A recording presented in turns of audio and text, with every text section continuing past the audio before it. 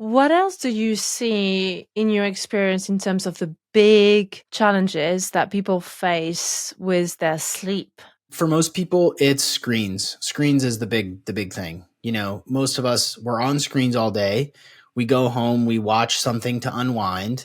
We have our phone in bed or sometimes a TV in bed with our spouse. And some people even look at their phone after the TV gets turned off in bed. And again, like you're just blasting yourself with this blue light that signals that it's daytime when it's not. So that I think is the biggest culprit.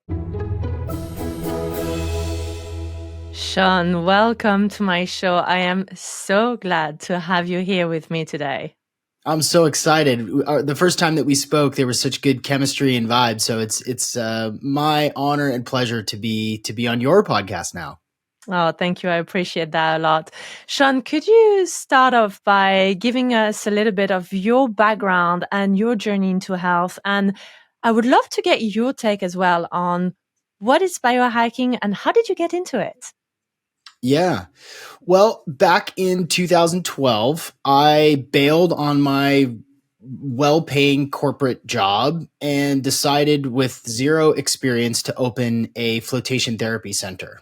So we opened the first of 4 locations of sensory deprivation tank centers here in Seattle. And it was the sort of backstory on how I got into that is long and arduous, but we sort of broke away from the corporate world, and my wife and I created this brand and this wellness center.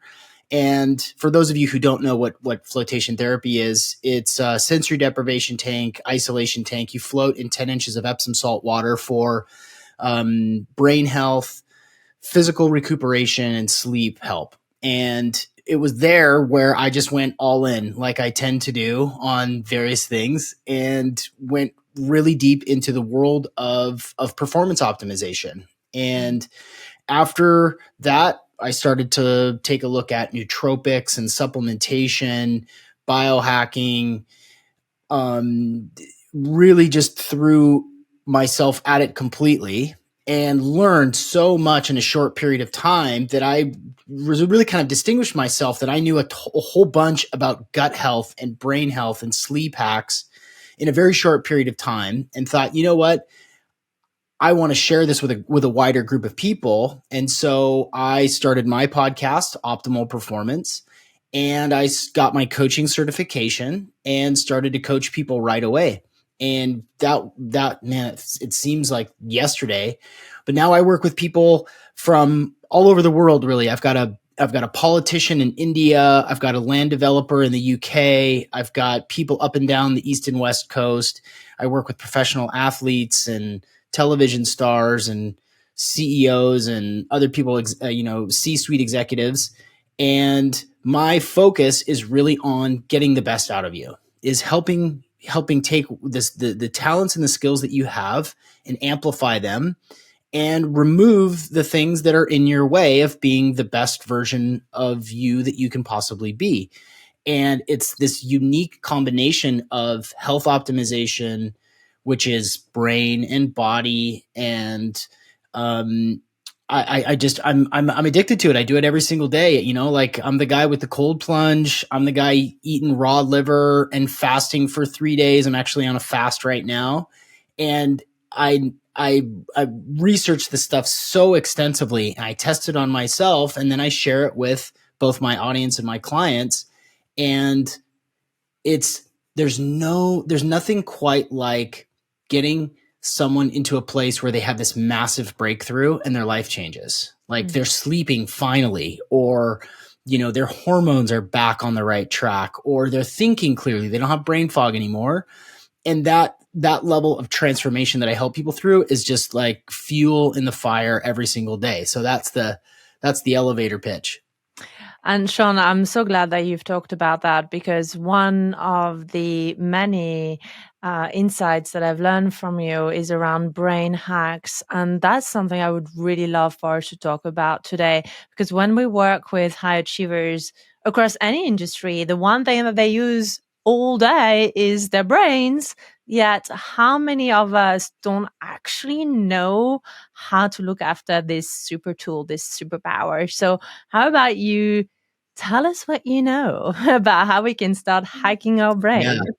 Well, I want to give everyone tools and I want to give them product suggestions that they can immediately start using effectively. So, first and foremost, sleep is the number one most important thing. If you want your brain to work well, you have to get your sleep sorted out. And if you don't quite know, if you just know that you're waking up tired, then you don't really know why. You know, maybe you haven't had a good night's sleep in 5 years or 10 years. You wake up tired every single day and then you fuel your performance with caffeine and sugar. And it's just this perpetuating cycle where it's just maybe tonight will be the night where I get a good night's sleep, or maybe when I go on vacation, I can finally sleep. And that is the most important thing for your brain. So when I take a look at brain health and brain optimization, I really start with sleep. And there here comes the biohack. So number one, go to sleep at the same time every night. It really is important for your own establishment of your circadian rhythm to go to sleep at the same time and wake up at the same time. So that's number one. Number two, I think of biohacking as a holistic approach, as what goes in you, what goes on you, and what goes around you. Managing those stimuli to optimize your physiology. So when you think about what goes in you, you shouldn't be drinking a whole bunch of water before going to sleep. Duh. You should probably eat at least 3 hours before trying to go to sleep. So those are things that go in you, right? A lot of people love melatonin because it helps them get to sleep. But the fact of the matter is that if you've been taking melatonin for a while, or, I know some people that take like cough syrup in the evening or are taking sleeping pills, that's hijacking your own system to create melatonin that prepares you for sleep. So you have to take more and more melatonin. You get on this sort of like this vicious cycle. So what goes on you, I think of and around you as, here are a few more hacks. Number one, keep your bedroom cold. We sleep better when the temperature is down. So if you're the type of person who's sleeping in a 70-degree bedroom, you're going to want to get that down to like 66 and lower. I mean, we all feel cozy when we have a nice blanket. It's cold in the room, but we have a nice blanket over us. So drop the temperature in your room. Another thing is, and this, everyone can do this, unplug your Wi-Fi router at night. Some of us are really sensitive to electromagnetic frequencies. And if you live in the city and you're surrounded by 17 other routers, when you go on to log on to your Wi-Fi, you can't really control for that, but you can control for the Wi-Fi router in your house. So what I always suggest people do is they find a lamp timer that you can plug into the wall and plug your Wi-Fi router into the lamp timer and set the timer for a reasonable time. So turn it off, make sure that your Wi-Fi turns off automatically at 11 o'clock. You should be in bed asleep by then anyway. Every hour of sleep that you get before midnight is worth 2 hours of sleep. And that is real. Like, you're not going to make it up on the weekend. You're not going to make it up on vacation. So sleep is a really important thing. We now know that when it comes to brain health, that fat is really important. High quality fats cholesterol is what makes our brains work properly. It's also what helps our hormones properly. So MCT oil, avocado oil, throw away. Yes, I'm talking to you listening right now. Throw away the canola oil in your house. It is rancid. It is destroying you. It is not good.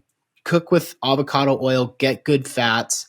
It's harder to do if you're vegetarian or vegan, but get good fats, get good animal fats into your body. It will help your brain. Also, water is a big deal.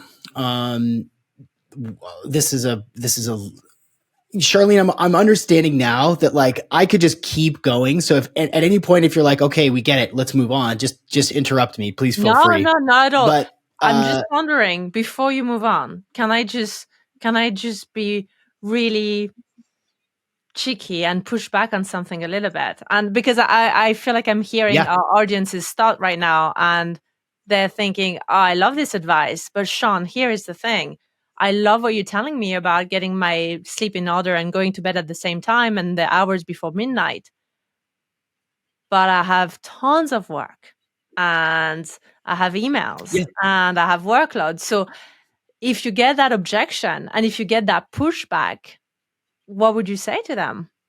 I work with so many people who work 60, 70, 80-hour weeks. And that is a time management thing. That is a changing the way that you approach your work thing. That is having better boundaries and not being addicted to Slack and not being addicted to email to get that dopamine hit every time that you get an email. The thing is that when you create better boundaries for yourself, where you're like, okay, I'm not going to work past 10 o'clock or I'm not going to work past 11 o'clock, you're actually establishing a little bit of power and control over the people who want your attention. Everybody wants your attention. You're a high performing person. You're a leader. There's people that look up to you. They want information, and that's fine. But when you create better habits around how much time you're giving to Slack or how much time you're giving to email or text messages, then you will sort of pull back some of that power. So if you are going to be emailing at night, and that's fine. Sometimes you have to. I would suggest that you get a pair of blue blocking glasses, because the screen exposure that you get at night after the sun goes down is preventing the release of that endogenous, that melatonin that comes out of your body. And melatonin not only helps you get to sleep, but it also it's helping out cleaning out your brain. It is an antioxidant. So what you're going to want to do is go get some blue blocking glasses. And in the evening time after the sun goes down, put those things on. Then you can do the work, but you're not going to get that same exposure to blue and green light that signals to your brain that it's daytime, so that, man, I don't feel tired, so I'm not going to go to bed. Well, of course you don't feel tired, because you've been blasting your eyeballs with blue light all day and all night. So that's the suggestion that I would have. Never put your laptop on your lap, ever, ever, ever. Men or women, it is terrible for your reproductive organs. Like, just don't do it. So if you have to organize your house, dim the lights, put on the blue blocking glasses and say, okay, I'm going to work for the next 30 minutes and I'm going to try to get to these things that are on the top of my priority list with your blue blocking glasses on. And then I'm going to call it a day. Trust me, the sleep that the way that you're protecting your sleep and doing that is critical. I'll give a couple more hacks here. So number one, exogenous ketones are phenomenal. And people are thinking, I know what keto is. Well, keto is you're fueling your brain with ketones. So if you eat a high fat diet, you reduce your carbs, your brain loves to function on ketones. But even if you do eat carbs and you're not keto adapted or fat adapted, you can take products like, what is it called? I'll show you. Yes, show us. And as you grab yours, I'll grab mine. Yeah. So this product is called Ketone IQ, and these are little shots of ketones that you take. And what those ketone shots do is that they fuel your brain. So instead of another cup of coffee or more tea, my screen's all blurry, taking ketones when you're kind of hitting that lull, maybe it's after lunch to 1, 2, 3 o'clock. You're like, man, my stomach is full, or maybe I haven't eaten at all, which is fine. I'm a huge fan of intermittent fasting, but taking exogenous ketones will help amplify your energy and your focus in your brain. And then there's this whole world of nootropics. There are smart drugs that are incredibly effective. There's a company and there's a product line that actually, when I do intake with coaching clients, I give them what's called the Braverman assessment. And the Braverman assessment actually it's a really long questionnaire that gets to an understanding of your neurochemistry with the 4 major neurotransmitters. That's dopamine, acetylcholine, serotonin, and GABA. So if you are low in GABA, that means that you have a hard time shutting your brain down. If you are low in serotonin, then your brain just doesn't get the warm fuzzies. You don't feel that sense of like everything's going to be okay. And so you can get there's a line from Natural Stacks where they make that to fuel those neurotransmitters. So brain health is a huge thing. Stop drinking out of aluminum cans. Quit the Diet Coke. All of that aluminum that you're consuming, frankly, it's really bad for your brain. It's really bad for your eyes. Drinking liquids and sodas, even like LaCroix. Oh, I'm sorry, Giselle. Oh, Charlene. LaCroix. Don't do it. Like, drink out of glass bottles, because that aluminum that you're consuming in those drinks is actually harming your brain as well. So I could keep going for 1,000 years on that stuff, but I'll pause there. No, I love it. I love the fact that you talked about the neurotransmitters, because whenever I have a key presentation or a key performance and I know I need to rely on my brain to be in top form, I actually adjust my diet to have, for example, like a GABA rich or serotonin rich. And often people don't really think about the fact that nutrition in itself can influence your neurotransmitters. So can you maybe tell us a little bit about that, because that's a topic I'm very passionate about. So enlighten us. Yeah. Well, what I would say about that is, I think a lot of people are a little unclear about the gut brain connection. Mm. If you've taken antibiotics in the last 2 years, your brain is not functioning at the level that it should. And all of the serotonin that makes you feel good actually is created in the gut.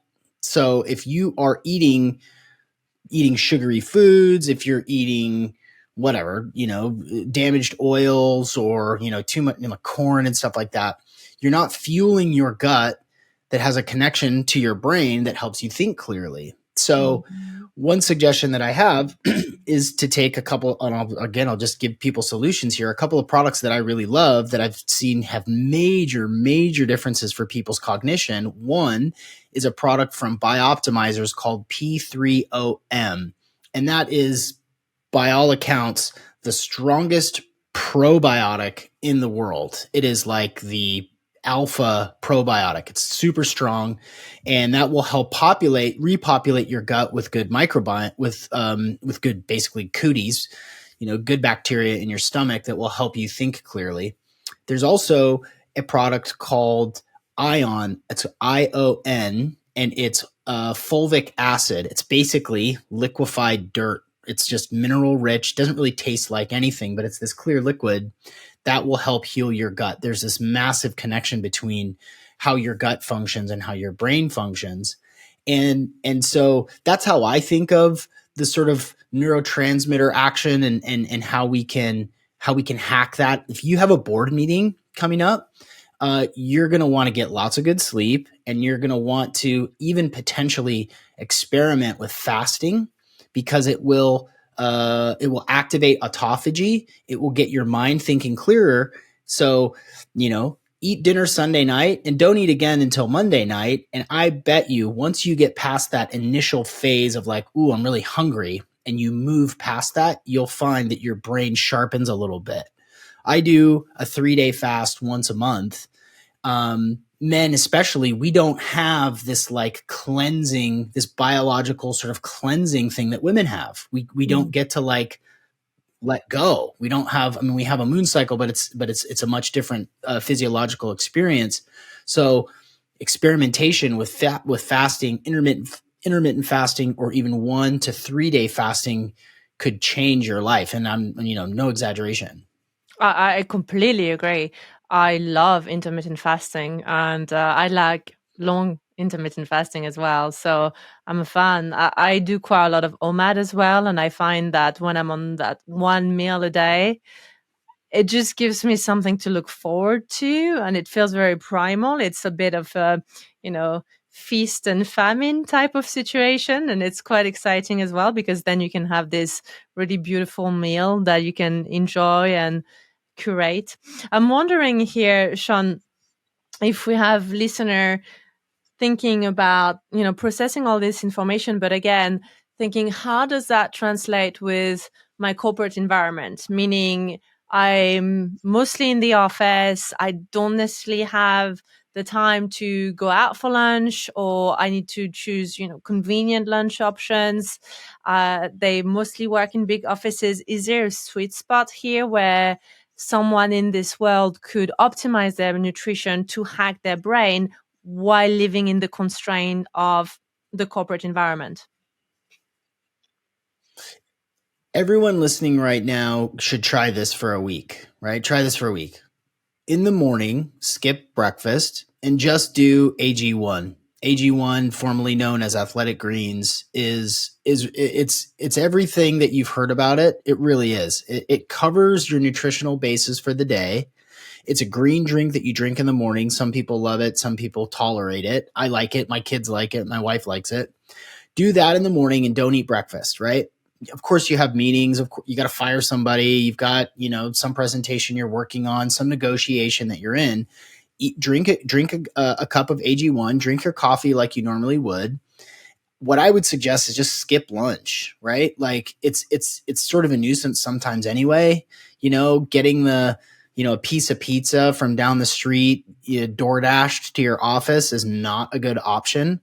Just skip lunch, drink AG1 in the morning, and then make sure that you're getting really high quality nutrition in the evening time.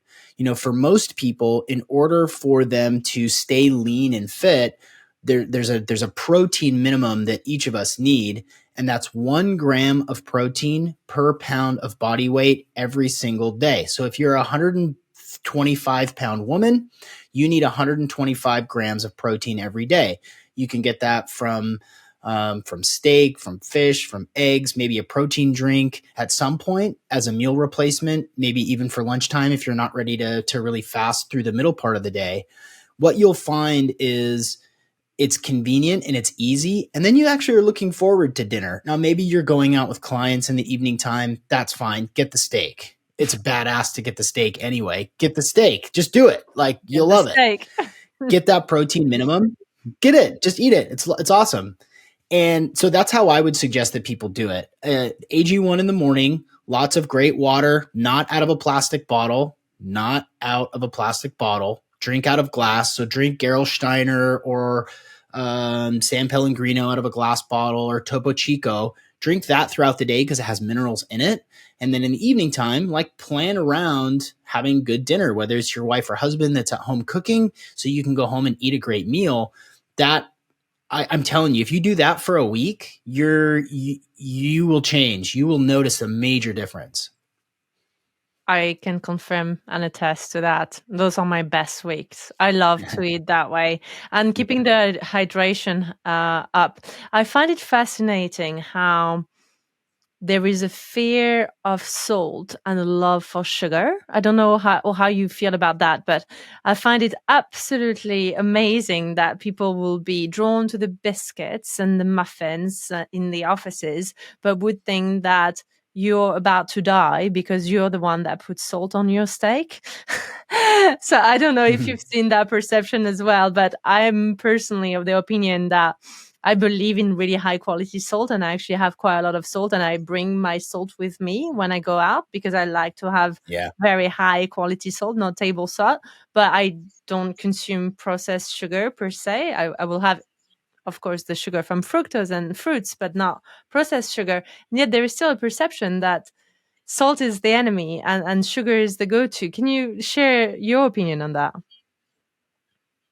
Yeah, salt is the enemy has really just been debunked by now. The salt that you're getting from highly processed foods like chips.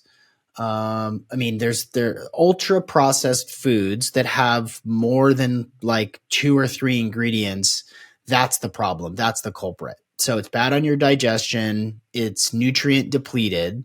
And now we know that salt is basically a conduit for energy inside of our body. I'm the same way. I sprinkle Celtic sea salt or this stuff called healthy salt from Creatrix Solutions. It's like this salt bed somewhere in Bulgaria where they harvest this salt, and we need those minerals. This is maybe tangential, but this is for the guys that are listening. If you wake up to pee in the middle of the night, it's probably for two reasons. Number one, you have not exercised your urethra. So here's what you can do, guys. And I face this all the time, especially for guys that are like 40 and older. Stop your pee stream. Women can do this too. Stop your pee stream for 5 seconds every time you urinate. You will strengthen that muscle, that sphincter, and you will not have the urge to wake up to urinate in the middle of the night. So you can do that. The other thing is that you are in a mineral imbalance. So we need those minerals that signal to our body that we are hydrated, rather than drinking a whole bunch of tap water with a bunch of fluoride and birth control pills and fentanyl that's been flushed down the toilet. Most people listening, I assume, are living in, larger cities. I'm telling you, like, if you, and Brita doesn't get rid of the pharmaceuticals. Any sort of filtration system that you have in a pitcher is not getting rid of the pharmaceuticals in your water. Those are also zapping all of your minerals. So if you're low in magnesium or sodium, then what the other minerals in your body will do is they will go try to compensate that. That will lead to an urge to urinate in the middle of the night. So there's salt packets, Element, which is drinklmnt.com.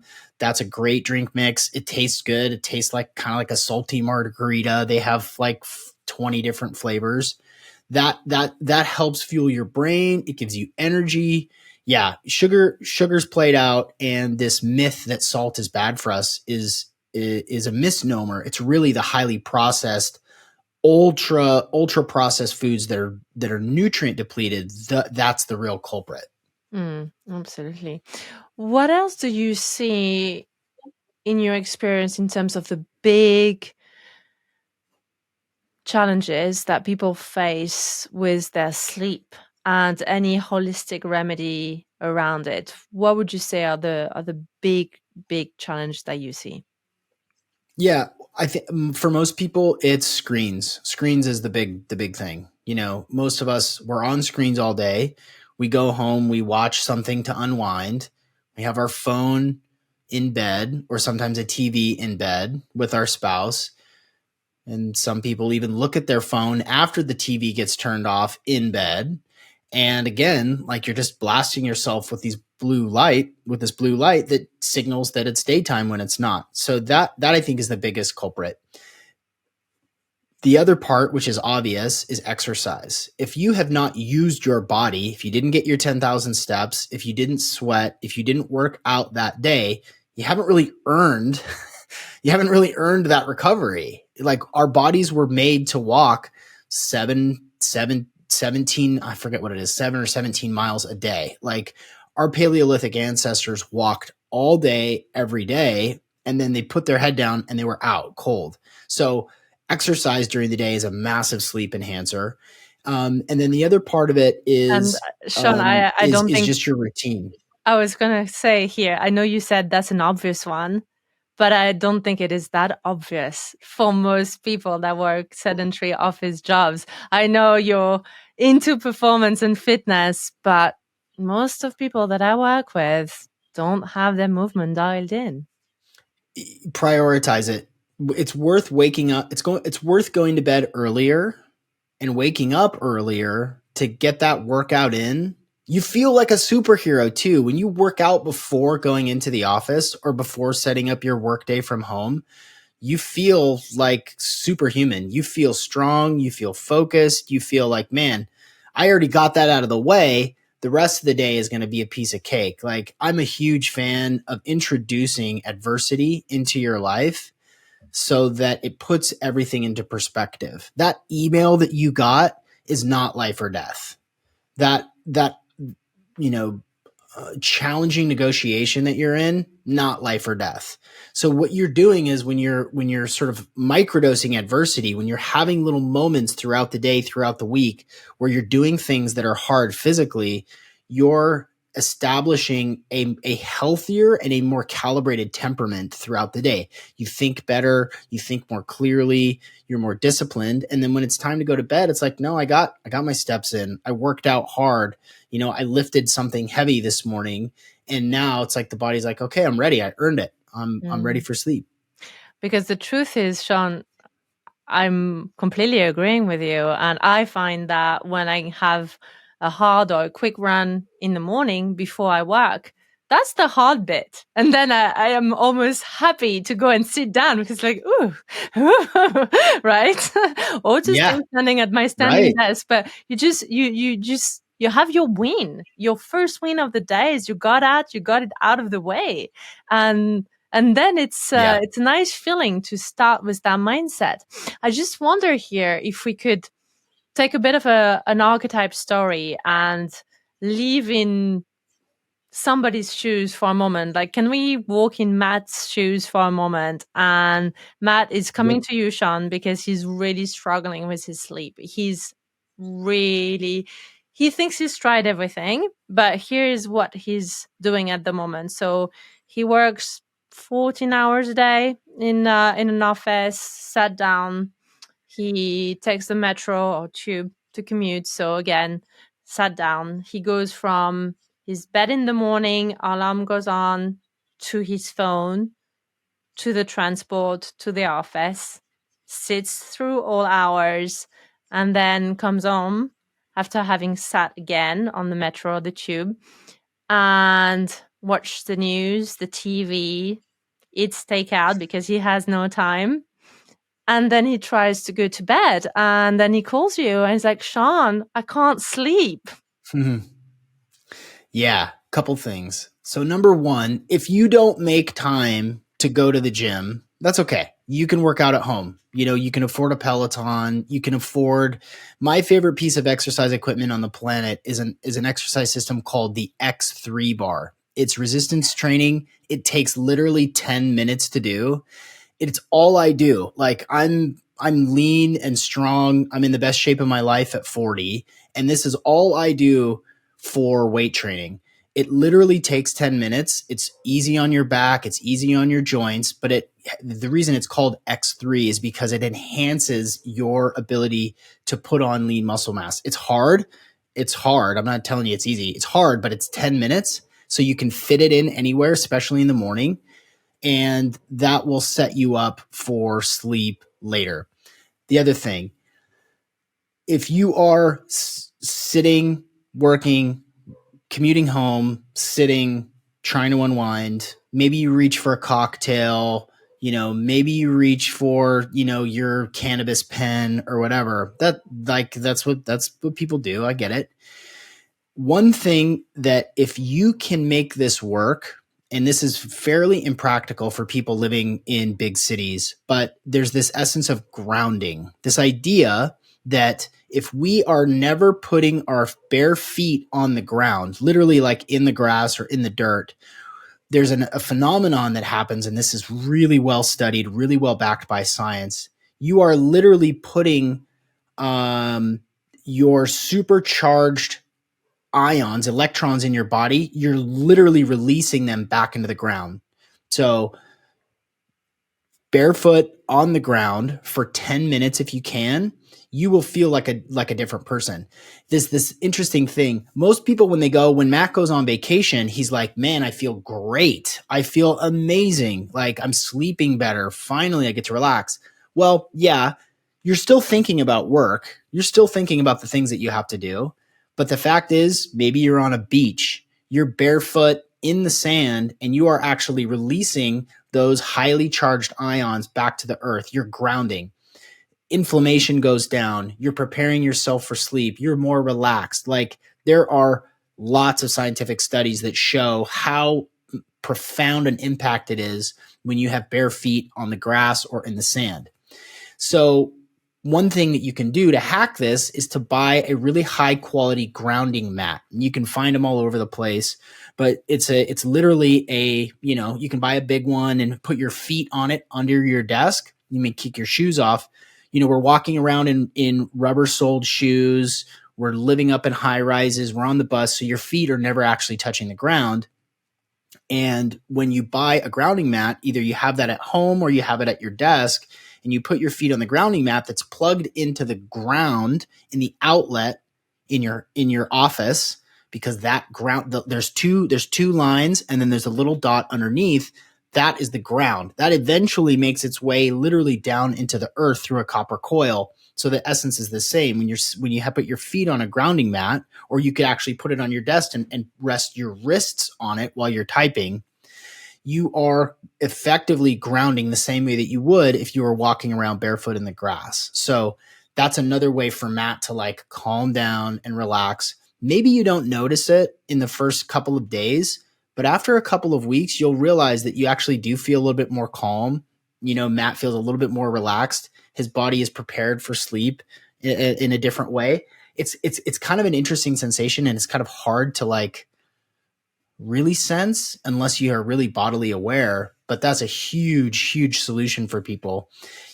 I would also suggest that Matt take a look at what's going in his body. Pharmaceuticals, medications, alcohol, cannabis. You got to be really honest with yourself about if you think it's doing what you think it's doing. If you are on 2 or 3 different medications, that's masking symptoms. That's not actually treating the root cause of your anxiety or your sleep issues. So you can call me, and we can talk through it if you want. It's dicey, right? Because your doctor is supposed to be there to help you, but your doctor is just going to write you a prescription for a pill that's going to treat the symptom and not the cause. And that's a tough thing to kind of navigate, but it's a lifestyle issue. It's a blue blocking glasses issue. It's an evening routine issue, grounding issue. There's so much there. Meditation is also going to be a really huge hack for you too. Meditation is hard for everybody. I mean, I've been meditating since I was 12. It's still hard for me. I mean, it's not easy. I don't like sitting quietly. Like nobody really. I remember you learned TM from your parents. Is that right? Yeah. My folks taught me transcendental meditation when I was 12 to calm me down because I was too high energy. I was just this, bouncy boy all day, every day. And it's been huge in my life. But if it's hard for you to establish that practice, I have 2 solutions. One is breath work. You can do lots of different types of breath work, box breathing, in for 4, hold for 4, out for 4, hold for 4. Just do that over and over. That will help. There's cleansing breaths. Again, this is cracking open Pandora's box for solutions here. Another device that I really, really love though, and this is especially good for sleep, it's been amazing for my kids for sleep, is a device called the Mendi, Mendi. And what it is it's a neurofeedback device that's gamified. And you wear this little visor. It's right here. You wear this little visor on your head, and then you look at your phone and you try to make a ball go up the hill with your mind. Literally, this is how this works. You're trying to make this little ball go up a hill with your brain. It's got sensors. I'll spare you the science explanation, but it's neurofeedback. So you're entraining your brain to be able to relax, to be able to focus, to be able to get to sleep. And it works phenomenally, especially for people who have struggled trying to relax or trying to find a meditation practice. This is awesome. And Sean, considering how knowledgeable you are on the topic of meditation, and this is a tool that I use every day and I'm a huge fan, I was wondering if someone is wondering where to start, and considering that you've been using TM for a decade, would you say TM is the best place to start, or would you invite people to start somewhere else? Where would one go? Yeah, I honestly, I wouldn't. If your audience is who I think they are, you're gonna go crazy trying to meditate. If you've never meditated and you are a highly successful, high level leader, corporate, it could have actually an adverse effect because you're going to frustrate yourself trying to meditate. So what I would suggest, don't try to do TM or Zazen or Vipassana. What I would suggest is to start with breath work. Spend 5 minutes in the morning, 5 minutes at night to do some breath work. Again, I gave you the box breath. My favorite app for breath work is an app called Othership. Othership has an incredible archive catalog of different breath work that's up-regulating, that's down-regulating, that's spacey and relaxing. They just have there's music and it's guided. It's my favorite breathwork app on the planet, and it really works. And if you can find 5 minutes to do it, I would really strongly suggest that you do that, because that will be a gateway that you can I can relax. I can use this free thing, this breath that I have, my attention, to help calm myself down and self-regulate. And that, again, it gives you an edge. It gives you a superpower. If you can prevent yourself from becoming provoked into making poor decisions as a leader through breath work, then you've got an incredible advantage. So I would really suggest that people explore breath work first for 6 months, a year, and then kind of get into a meditation practice. Mindfulness, I think, is the most accessible to people. It's kind of the easiest to understand. What do I do now? What do I do now? It's about your breath and your intention, rather than TM, which is a mantra-based meditation. I kind of got away from TM, after college, because it felt it was kind of depleting for me, and I'm a high energy guy and I want to stay high energy. So TM kind of migrated into more of a mindfulness practice and conscious awareness. So that's the solution, is to experiment and get good at a breathwork practice, and then move into, a meditation practice. And again, like that Mendy device, it's fun, it's easy, it's 10 minutes, and it works like crazy. I'm so glad you've brought that up. And since we're on the topic of brain hacks and sleep hacks, I also find that when people optimize their breathing, they actually have a lot less brain fogs, and they can also fall asleep quicker. So maybe you can tell us a little bit more on the connection Totally. between breathing and the brain, because that's two of your topics. Yeah, we are all over breathing, every single one of us, and in like everybody, we're taking too many breaths that are too shallow. I want everybody listening to right now to focus their attention on their breathing.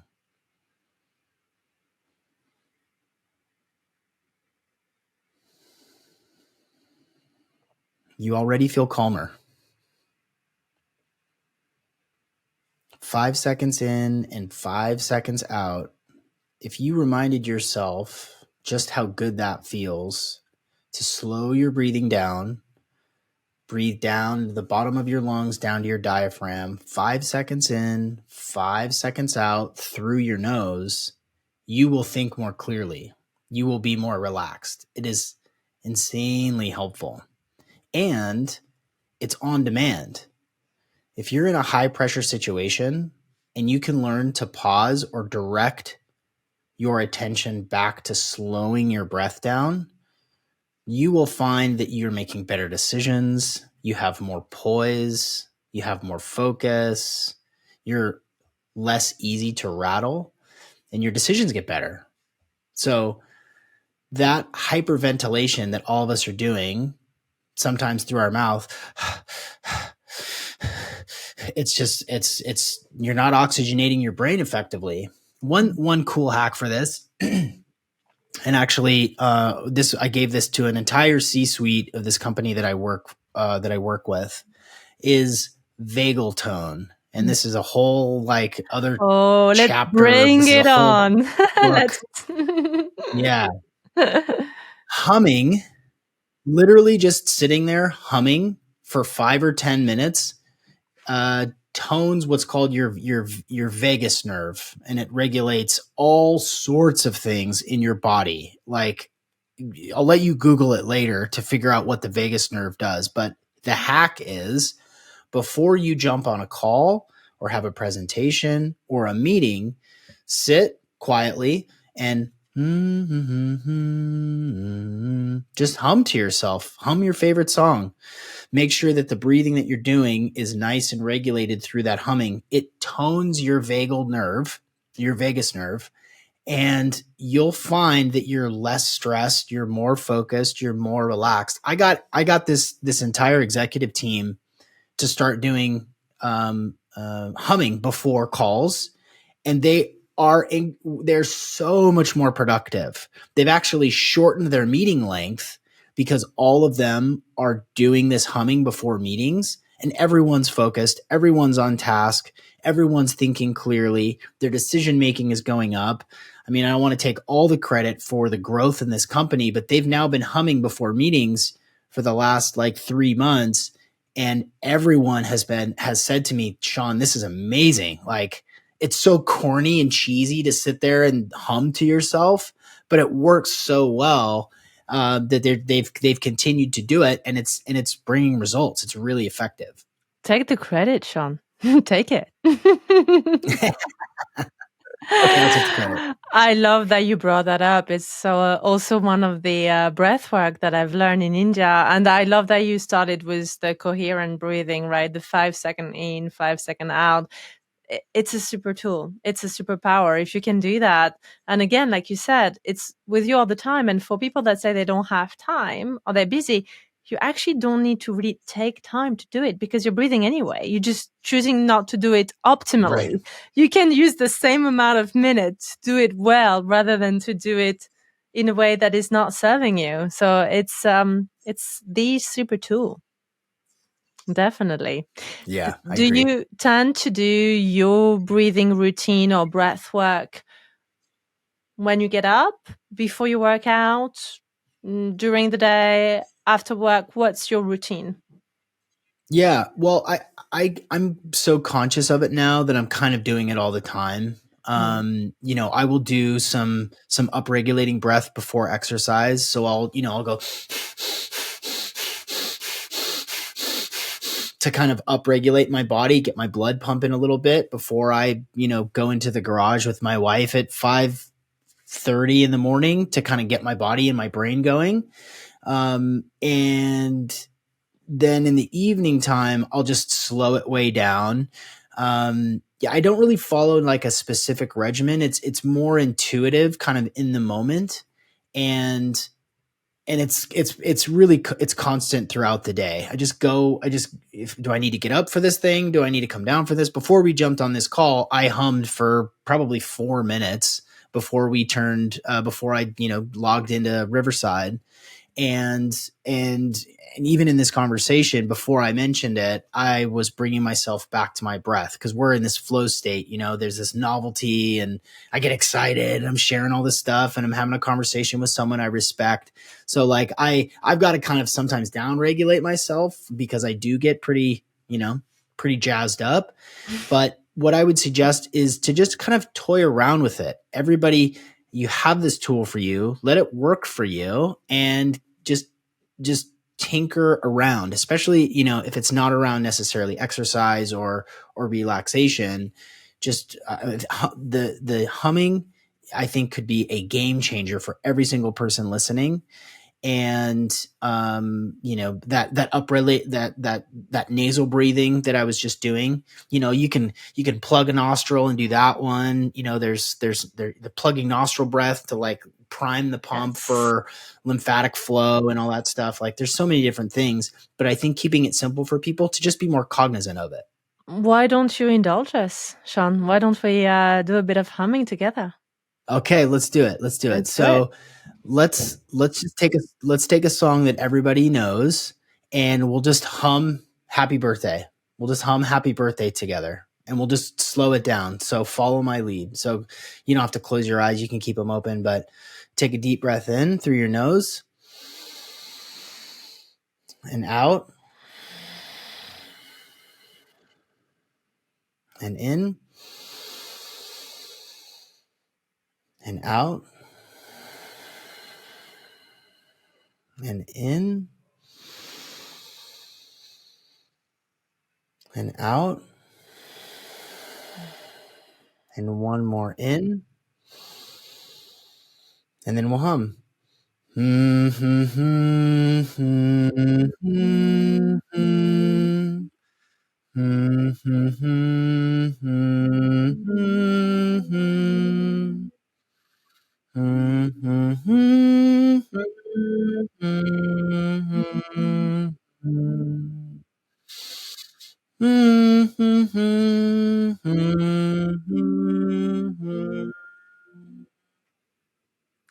And this is why you listen to the Charlene Giselle show.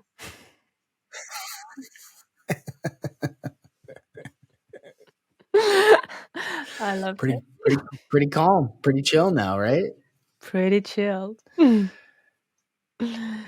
good one. Yes, very much. So you like the humming? Because I walk you through how I learned it in my ashram. It was Yeah. actually through, and I know you're into sensory deprivation, so I would love your take on it. We were told to close our eyelids and close our ears and and make a B sound. So we would really focus on the vibration, but it was very much a continuous. So there was no harmony into it or song like. It was very much just a continuous hum with the ears closed as much as possible and the eyelids gently pressed down. So it was very much something like this. What can you walk us through? What do you Ooh. think about that technique and the difference between what you just taught us? Yeah, I honestly, I don't know. I can't really speak to that. I mean, I think that that makes tons of sense because it helps you focus on what you're doing. And because it's one tone and it's consistent, perhaps that's a better way to do it. I like the idea of closing the eyelids and the ears because it is a much different sort of focused attention. You know, it's connecting your attention to that hum. So I kind of like yours better. I like that. I'm going to try that next time. Well, there you go. Go back to the company and give them a hack, another hack, and take more Sure. credit. Yeah, yeah. Okay, I will. But I like the song. That's one I had never done. So I'm going to add that to my portfolio of breath work. Nice. Love Love it. learning new tools. Sean, one thing that you've been mentioning throughout the episode is your wife. And I know that the Mhm. two of you have been together for a very, very long time. And being the child of a marriage that is a very long standing marriage, my folks have been together for 40 years. And I'm very, very proud of that. I would love for you to tell us a little bit about your marriage hacks.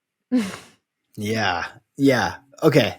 So there's a number of things. Number one, all of us in all of our relationships, we sort of anticipate the other person's response. You know, we get in these sort of unspoken arrangements, like I'll come home and talk about how hard my day was, and you'll either ask lots of questions, or maybe you'll just listen, or maybe you'll pile on with me. You know, Joe's a jerk, isn't he? Yeah, Joe, I hate Joe, you know, stuff. Or what I invite everyone to do is to, without judgment, kind of look at some of those rhythms, those habits, and those tendencies. Because what you do when you look at that dynamic with your spouse, you can filter it through this question: does this serve my greatest purpose? Does it help me to come home and complain about my day, or maybe even celebrate my day and make that the routine when I get home from work? Like, does it serve me? Does it serve you? Does it enhance our relationship? Just take a look at that. The second thing is when you suspend your assumptions about the way that someone is going to act or respond or something that they're going to say, you introduce a layer of mystery that fades over time. So if you're thinking, oh, I know how he or she is going to react to this, like I have to change plans or I have to work Friday night, so I have to cancel whatever arrangements that we had, and she's going to be mad or he's going to be mad, and then we're going to get into a fight. If you're anticipating and expecting that, then you're going to make that happen. And so when changes to your schedule or some conflict arises within your relationship, you're actually unknowingly going into that conflict. And a lot of people don't know that they're doing that. So suspend your expectation for how any sort of interaction is going to go. You'll be a little bit more curious about your spouse. You'll be a little bit surprised by them. Before you open the door when you get home, make the conscious decision to just be home. Now, that's easier said than done. A lot of people with lots of money on the line, with lots of pressure at work, it's hard to just come home and let that go and leave that on the front doorstep. But if you can make the conscious choice to come into the door with your spouse or your family and just say, okay, I'm just going to be home. I'm going to leave my phone on airplane mode for the next 20 minutes when I come home. I'm going to let the stress of the day, I'm going to let the pressure or even some of the successes, which you will eventually celebrate, just leave those at the door. Take a couple of deep breaths and then turn the knob, walk into your home. You'll find that everyone picks up on that. Your spouse picks up on that. Your kids pick up on that. They notice that you are a little bit different. You're not just sort of automatic. Oh, now I'm home and now this is what we do. And da, da, da, da, da. You know, especially for people with kids with busy schedules, like so many of my clients and myself, you get so caught up in the what of the day and the how of the day, and that logistical sort of tedium continues and continues. So you can make the conscious choice, just to be present, just to be home, just choose to leave the day on the door. Some other ideas that I have is when it takes a lot of work, but you really do have to over communicate. Yes. Without assumption. So if you're planning something, you have some sort of conflict or some sort of disagreement, you have to do that work to talk all the way through it. It doesn't mean that you have to agree, but you do have to hear each other out. And everyone's dynamic is different.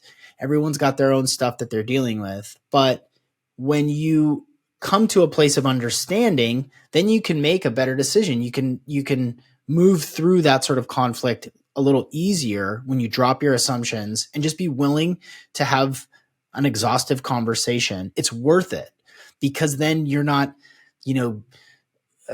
stewing on it and freaking out about it, or developing animosity with your spouse. You just be open about it. Another thing, especially, and this is especially for guys with their wives, when your wife comes to you and there is some sort of problem, sometimes she wants a solution, but oftentimes she just wants to be heard. She just wants to be heard. So for the high-powered professional guy that's listening right now, when your wife is talking to you about some sort of problem, whether it's something at Target that wasn't available, or which school to put your kids in next year, that's on the spectrum of how important things are. Sometimes she just wants to talk and be heard and be acknowledged, and sometimes she does want solutions. So one thing that you can do is to say, hey, listen, I want to support you. Would you like me to listen and just be present with you, or would you like me to help you solve this? Would you like us? And the sort of condensed version of that is, do you want me to listen, or do you want me to help? That is going to totally switch the dynamic, like immediately. That's going to change the way that you guys work through problems and conflicts. And if I wouldn't do this like in the middle of a conflict, I would do this like Saturday afternoon, like hanging out when you're both calm and relaxed and you can hear each other more clearly. This is not after 3 cocktails and a fight that you do this. This is like when you're having a good day and everything's chill. It's like, hey, I heard this thing. I want to kind of try it out. The next time that there's a problem, I might ask you, do you want me to just listen, or do you want me to help you solve this? And it will mean a lot to her. And obviously, gals, try this with your husband as well, or try this with your wife.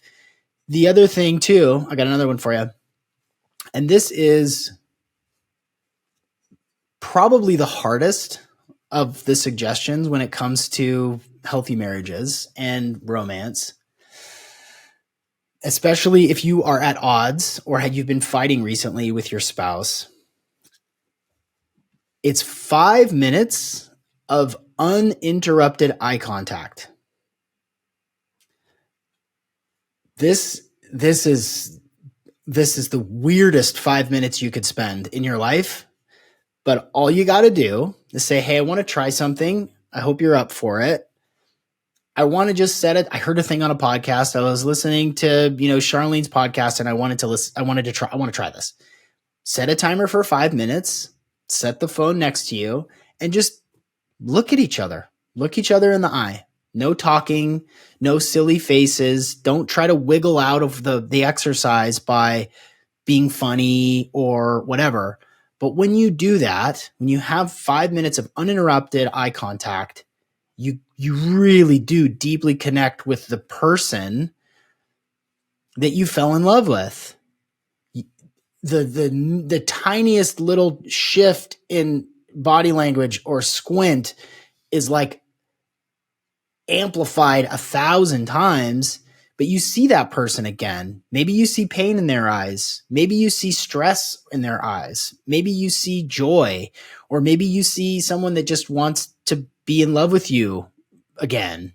But this specific tool, it's really hard to do. It is a little painful and also profoundly impactful for reconnecting with your spouse, whoever they are. But use it wisely and don't overuse it. Don't do it every day. I would suggest by starting like maybe once a week. And again, this is not like at the end of a fight. This is not after you've had a couple of cocktails. This is like Sunday afternoon, hanging around the house. Like, use it wisely, but use it because it really works. I'm so grateful you shared this, and coming from you after being in a happy 25-year marriage. Is that correct? Right? You've been with your wife for 25 years. Well, so we met when we were 15. And so we went through high school and college and businesses and babies and homes and lawsuits and everything together. So it's 25 years. We both stayed true in that 25 years, and we're both happy. And it takes a lot of work, but it's so worth it. Oh, it's so fulfilling. I'm so glad that you've shared that with us. I love those stories, and I think they're very important to hear. Sean, I'm immensely grateful for all the incredible hacks you shared with us, from sleep to brain to marriage. I would love to just ask you this one last question. How can our audience connect to your world and find out more about you? Yeah. Really, the two best ways is to go to the website, SeanMcCormick.com. It's SEAN and then McCormick, you know how to spell McCormick.com. The podcast is Optimal Performance. It's on the website, of course. The website needs a little updating, but I'm on LinkedIn, Easy Coach Sean McCormick. Instagram is Real Sean McCormick. I'm really easy to find and I'm really accessible. So if there's something that you want a little more help with, or something that you want clarity on, please don't hesitate to reach out, because I love this work. It's what I'm here on this earth to do, is to help people. And so if you're, have questions or, just want to share something, I'm available. I'm easy to find.